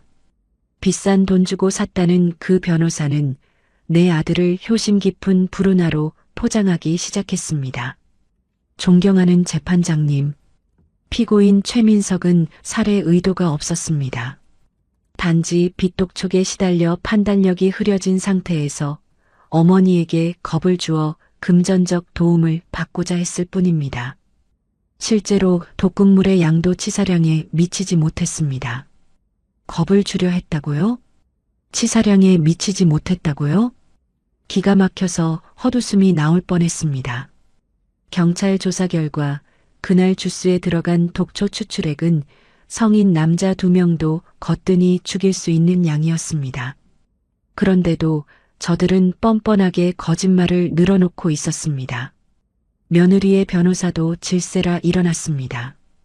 피고인 이혜진은 남편의 범행을 전혀 몰랐습니다. 남편이 시키는 대로 재료를 샀을 뿐 그것이 독극물인 줄은 꿈에도 몰랐으며 오히려 피해자가 건넨 주스를 마시고 구토를 하는 등 정신적 충격을 받은 또 다른 피해자입니다. 가관이었습니다. 서로 책임을 떠넘기던 경찰서에서의 모습은 온데간데였고 이제는 각자 도생의 길을 걷고 있었습니다. 아들은 겁만 주려 했다는 효자 코스프레, 며느리는 아무것도 몰랐다는 피해자 코스프레. 저 가증스러운 연극을 언제까지 봐야 하는 걸까요? 검사가 증인 신청을 했습니다. 검찰 측 증인으로 피해자 김영자 씨를 신청합니다. 재판장이 고개를 끄덕였습니다. 증인, 앞으로 나오세요. 나는 자리에서 일어나 증인석으로 걸어갔습니다. 법정 안의 모든 시선이 내 등에 꽂히는 게 느껴졌습니다. 동정 어린 시선, 호기심 어린 시선. 하지만 나는 고개를 꼿꼿이 들었습니다. 나는 피해자지만 약자가 아닙니다. 나는 오늘 내 아들을 심판하러 온 재판관이니까요. 증인 선서를 하고 자리에 앉자 검사가 질문을 시작했습니다. 증인, 사건 당일 피고인 최민석이 건넨 주스를 마시지 않은 이유가 무엇입니까? 알고 있었기 때문입니다. 내 목소리는 떨리지 않았습니다. 며칠 전 아들 집에서 독극물 제조법을 검색한 기록을 받고 아들이 며느리에게 이번엔 확실하다고 보낸 문자도 받습니다. 그래서 아들이 주스를 만들어 온다고 했을 때 저를 죽이러 온다는 걸 직감했습니다. 그럼 며느리에게 주스를 마시게 한 건 의도적인 것이었습니까? 네, 그렇습니다. 제가 마시지 않으면 아들이 어떻게 나올지 뻔했으니까요. 왜 안 마시냐, 어디 아프냐 하며 끝까지 강요했을 겁니다. 그래서 아들이 보는 앞에서 아들이 가장 사랑하는, 아니 사랑한다고 믿는 아내에게 그 독을 먹였습니다. 그래야 아들이 제 입으로 자백할 테니까요. 방청석에서 웅성거리는 소리가 들렸습니다. 독하다, 무섭다는 수군거림도 들렸습니다. 상관없습니다. 자식에게 독을 먹이는 어미가 어디 있겠냐마는 자식이 어미에게 독을 먹이는 세상 아닙니까? 이에는 이 독에는 독입니다. 검사가 고개를 끄덕이며 다음 증거를 제시했습니다. 재판장님, 사건 당일 증인이 녹음한 녹취록을 증거로 제출하며 법정에서 재생하기를 요청합니다. 아들의 변호사가 벌떡 일어나 이의를 제기했습니다. 재판장님, 위법하게 수집된 증거입니다. 피고인의 동의 없는 녹음은 기각합니다. 범죄 현장에서 피해자가 자신을 방어하기 위해 녹음한 것은 정당행위로 인정됩니다. 판사의 단호한 말에 변호사는 입을 다물었습니다. 법정 스피커에서 지직거리는 소음과 함께 그날의 끔찍했던 대화가 흘러나왔습니다. 독이라고, 독, 그거 마시면 죽는단 말이야. 혜진아, 다 토해내. 제발, 죽지 마. 엄마 주려고 한 건데 내가 마셨잖아. 아들의 생생한 육성. 엄마 주려고 한 건데라는 그 한마디가 법정을 얼어붙게 만들었습니다. 방청석의 수군거림이 분노의 탄식으로 바뀌었습니다. 세상에, 짐승만도 못한 놈. 여기저기서 욕설이 터져나왔습니다. 피고인석의 아들은 고개를 푹 숙이고 어깨를 들썩이고 있었습니다. 우는 걸까요? 아니요, 쪽팔려서 숨고 싶은 거겠죠. 녹음이 끝나자 검사가 나를 바라보며 물었습니다. 증인, 피고인들에게 하고 싶은 말이 있습니까? 나는 심호흡을 한 번 하고 마이크를 잡았습니다. 그리고 피고인석의 두 사람을 바라보았습니다. 아들이 슬그머니 고개를 들어 나를 쳐다보았습니다. 그 눈빛이 애처롭게 흔들리고 있었습니다. 엄마, 한 번만 봐줘. 나 감옥 가기 싫어. 그 눈빛이 그렇게 말하고 있었습니다. 예전 같았으면 그 눈빛에 마음이 약해져서 판사님, 제가 잘못 키운 탓입니다 하며 선처를 호소했을지도 모릅니다. 하지만 지금은 아닙니다. 재판장님, 나는 판사를 향해 돌아앉았습니다. 저는 평생을 바쳐 저 아이를 키웠습니다. 남편이 빚만 남기고 죽었을 때도 저 아이 하나만 보고 살았습니다. 내 입에 들어가는 건 아까워도 저 아이 입에 들어가는 건 세상 무엇보다 귀했습니다. 그게 부모의 마음이고 천륜이라고 믿었습니다. 내 목소리가 법정에 잔잔하게 울려 퍼졌습니다. 하지만 저 아이는 그 천륜을 돈과 맞바꿨습니다. 제가 평생을 바쳐 지켜온 목숨을 고작 빚 몇 푼 갚는 도구로 쓰려 했습니다. 그것도 모자라 제 앞에서 거짓 눈물을 흘리며 효도주스라며 독을 내밀었습니다. 나는 잠시 말을 멈추고 떨리는 숨을 골랐습니다. 저는 오늘 어머니로서 이 자리에 선 것이 아닙니다. 자신을 죽이려 한 살인마를 고발하는 피해자로서 섰습니다. 피고인들은 반성하지 않고 있습니다. 서로 죄를 떠넘기고 거짓말로 상황을 모면하려 하고 있습니다. 만약 제가 그날 주스를 마시고 죽었다면 저들은 제 장례식장에서 보험금을 세며 웃고 있었을 겁니다. 아들이 흐느끼는 소리가 들려왔습니다. 엄마, 잘못했어요. 하지만 나는 단호하게 말을 이었습니다. 존경하는 재판장님, 부디 저 페륜아들에게 법이 허용하는 가장 무거운 벌을 내려주십시오. 감옥에서 평생 썩으며 자신들이 무슨 짓을 했는지 뼈저리게 깨닫게 해주십시오. 그것이 제가 저 아이에게 해줄 수 있는 마지막 사랑이자 가르침입니다. 저는 피고인들을 용서하지 않겠습니다. 절대 용서하지 않겠습니다. 내 말이 끝나자 법정 안은 찬물을 끼얹은 듯 고요해졌습니다. 판사조차 잠시 말을 잇지 못하고 나를 바라보았습니다. 어머니가 자식의 엄벌을 탄원하는 이 비극적인 상황에 모두가 압도된 것이었습니다. 재판이 끝나고 판결 선고일이 잡혔습니다. 하지만 나는 결과를 기다리지 않아도 알 수 있었습니다. 아들은 끝났습니다. 내 탄원서 한 장이 놈의 인생에 종지부를 찍었습니다. 법정을 걸어 나오는데 아들의 변호사가 헐레벌떡 따라왔습니다.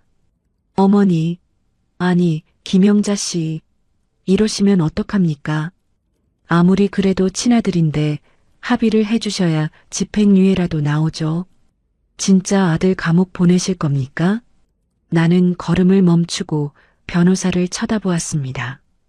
변호사 양반, 당신 어머니가 당신한테 독을 먹이면 당신은 합의해 줄 거요?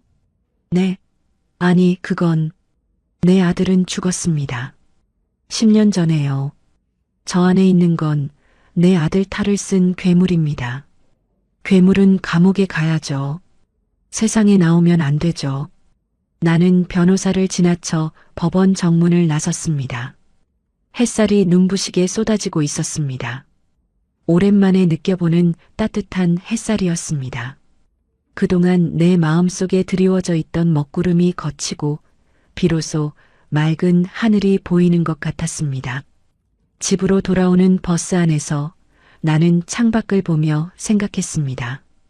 이제 정말 혼자구나. 하지만 외롭지 않았습니다. 오히려 홀가분했습니다. 내 등에 짊어지고 있던 자식이라는 무거운 짐을 내려놓으니 날아갈 것만 같았습니다. 그날 저녁 뉴스에 내 사건이 보도되었습니다. 어머니 살해하려 독주스 건넨 페륜 아들, 어머니의 기지로 덜미. 어머니, 법정에서 아들 엄벌 탄원. 용서는 없다. 화면 속에 모자이크 처리된 아들의 얼굴이 나왔습니다.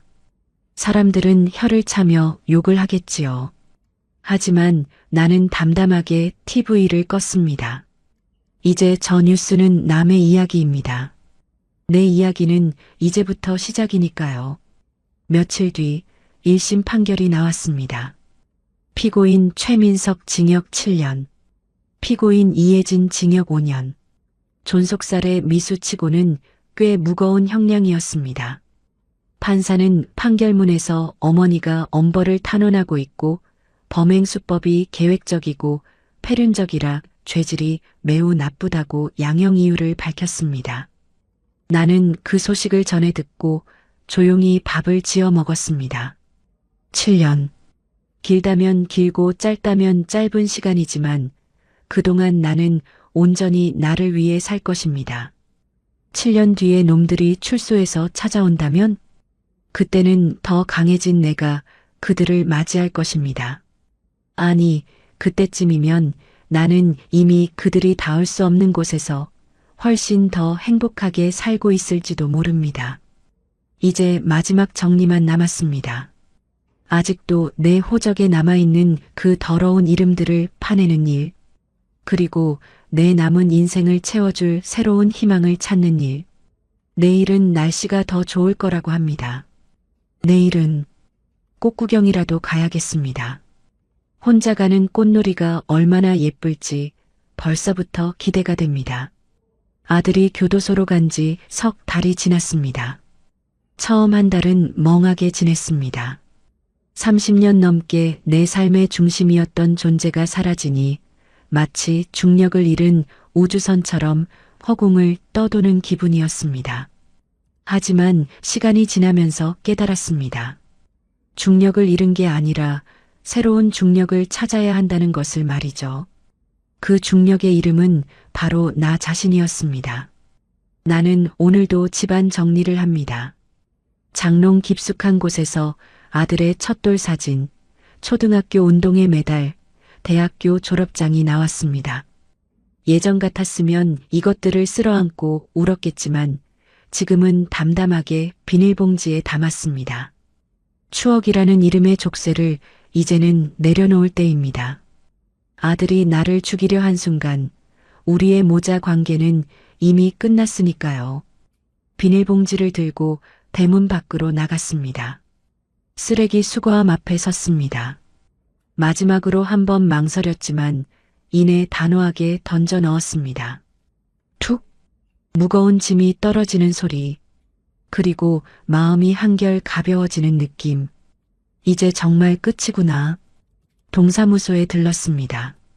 민원실 직원에게 서류 한 장을 내밀었습니다. 가족관계 정리 신청서요. 아들하고 절연하고 싶습니다.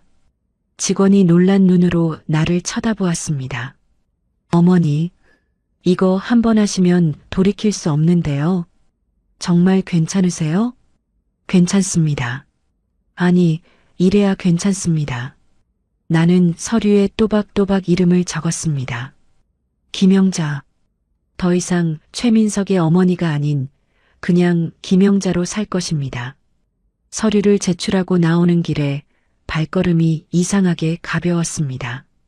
마치 날개라도 단 것처럼 말이죠. 복지관에 들렀습니다. 벽에 붙은 공고문을 보다가 한 장의 전단지가 눈에 들어왔습니다. 어르신 자원봉사자 모집 독거노인 도시락 배달. 나보다 더 외롭고 힘든 노인분들이 많겠지요. 누군가에게 필요한 사람이 되고 싶었습니다. 아들에게 버림받은 불쌍한 노인이 아니라 누군가를 돕는 당당한 사람으로 말입니다. 다음 날부터 자원봉사를 시작했습니다. 매주 화요일과 목요일 도시락을 들고 독거노인 댁을 방문했습니다. 첫 방문지는 80대 할머니 댁이었습니다. 문을 열어주신 할머니는 나보다 훨씬 더 작고 왜소했지만 얼굴에는 환한 미소가 가득했습니다. 어이구, 고맙습니다. 덕분에 따뜻한 밥 먹네요. 별 말씀을요. 제가 더 감사하죠. 이렇게 필요한 사람이 되니까요. 할머니는 내 손을 잡고 한참을 쓰다듬어 주셨습니다. 따님이신가 봐요? 효녀시네. 아니요, 저는 딸도 없고 아들도 없습니다. 그냥 혼자입니다. 혼자라니요. 이렇게 따뜻한 사람이 혼자일 리 없어요. 세상이 가족이지 뭐. 세상이 가족. 그 말이 묘하게 가슴에 와 닿았습니다. 맞습니다. 피 한 방울 안 섞인 사람들이 더 따뜻할 수도 있습니다. 같은 피를 나눴다고 해서 모두 가족은 아니니까요. 집으로 돌아오는 길에 꽃집에 들렀습니다. 예쁜 제라늄 화분 하나를 샀습니다. 집에 돌아와 베란다에 놓으니 집안이 환해지는 것 같았습니다. 이제부터는 이 꽃처럼 나도 예쁘게 피어날 것입니다. 그날 저녁 우편함에서 편지 한 통을 발견했습니다. 발신인은 교도소 수용자 최민석 아들이었습니다. 봉투를 뜯을까 말까 한참을 망설이다가 결국 뜯었습니다. 어떤 뻔뻔한 소리를 짓거리나 확인하고 싶었습니다. 편지지를 펼쳤습니다. 삐뚤빼뚤한 글씨로 빼곡하게 적혀 있었습니다. 엄마, 나 민석이야. 여기 교도소는 지옥 같아. 매일 후회하고 있어. 왜 그랬을까? 왜 엄마한테 그런 짓을 했을까? 정말 미친놈이었어. 정신이 하나도 없었어. 엄마, 나 한 번만 용서해줘. 응? 나 출소하면 진짜 효도할게. 엄마 모시고 잘 살게. 면회 한 번만 와줘. 제발. 엄마 얼굴이 너무 보고 싶어. 편지를 다 읽고 나니 한숨이 절로 나왔습니다. 용서? 면회? 아직도 나를 호구로 보는 모양입니다. 교도소에서 반성문 쓰듯 편지를 쓰면 어미 마음이 약해져서 찾아올 거라고 생각하는 건가요? 천만의 말씀입니다. 나는 편지를 라이터로 태웠습니다. 지지직, 활활. 종이가 타들어가며 연기가 피어올랐습니다. 그 연기와 함께 내 마음속에 남아있던 마지막 미련도 타올라 사라졌습니다. 다음 주에 또 편지가 왔습니다. 이번에는 뜯지도 않고 그대로 쓰레기통에 버렸습니다. 그 다음 주에는 면회 신청서가 왔습니다. 역시 쓰레기통 직행이었습니다. 내가 그곳에 가서 해줄 말은 하나도 없습니다. 아니, 있긴 합니다. 잘 있거라. 평생 거기서 썩어라. 하지만 굳이 내 입으로 말해줄 필요는 없습니다. 내 침묵이 곧 답이니까요. 계절이 바뀌어 봄이 왔습니다. 복지관 자원봉사를 시작한 지 6개월이 되었습니다. 이제는 할머니, 할아버지들이 나를 보면 반겨주십니다. 영자 씨 왔네. 오늘도 고마워요.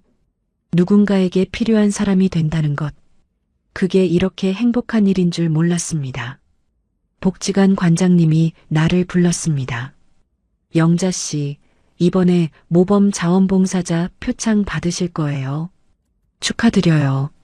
아이고, 제가 뭘 대단한 걸 했다고요. 대단한 겁니다.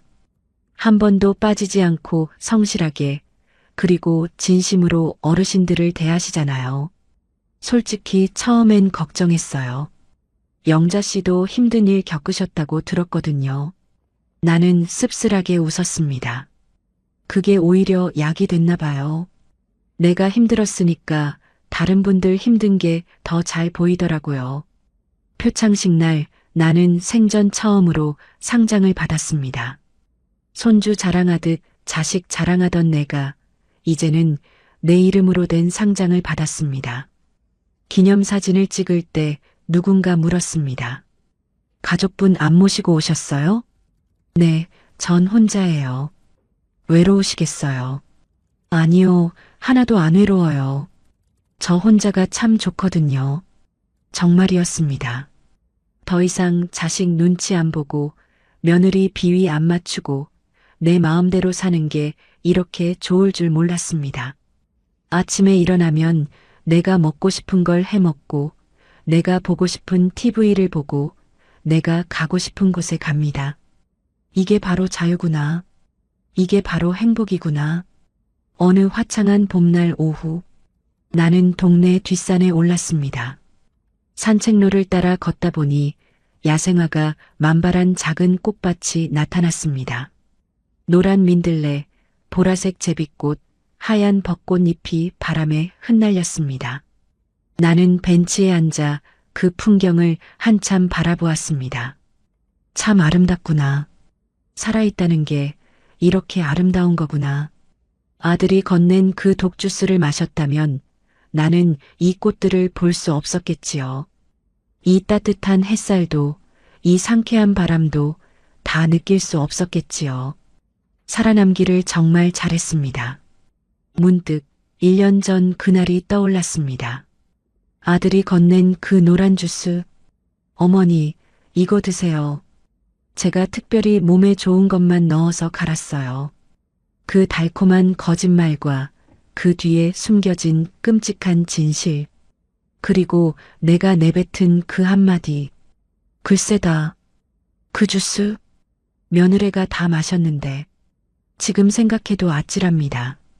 만약 그날 내가 바꿔치기에 실패했다면? 만약 내가 그냥 주스를 마셨다면?